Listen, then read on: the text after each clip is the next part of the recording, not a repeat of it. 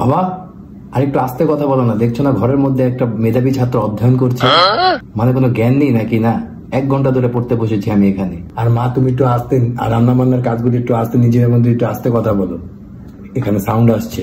দেখছো না এখানে অধ্যয়নরত একটা মেধাবী ছাত্র, মনোযোগী ছাত্র পড়তে বসেছে। আজকে বিরিয়ানি খাবো। আজকে বিরিয়ানি হয়নি। কি বিরিয়ানি হয়নি? এটা কোন ধরনের কথাবার্তা? মানে একটা স্টুডিয়াস স্টুডেন্ট যে নিজেকে পড়াশোনার মধ্যে ডুবিয়ে রাখবে, তার মধ্যে সকালাত বলতে কোনো কিছুই নেই।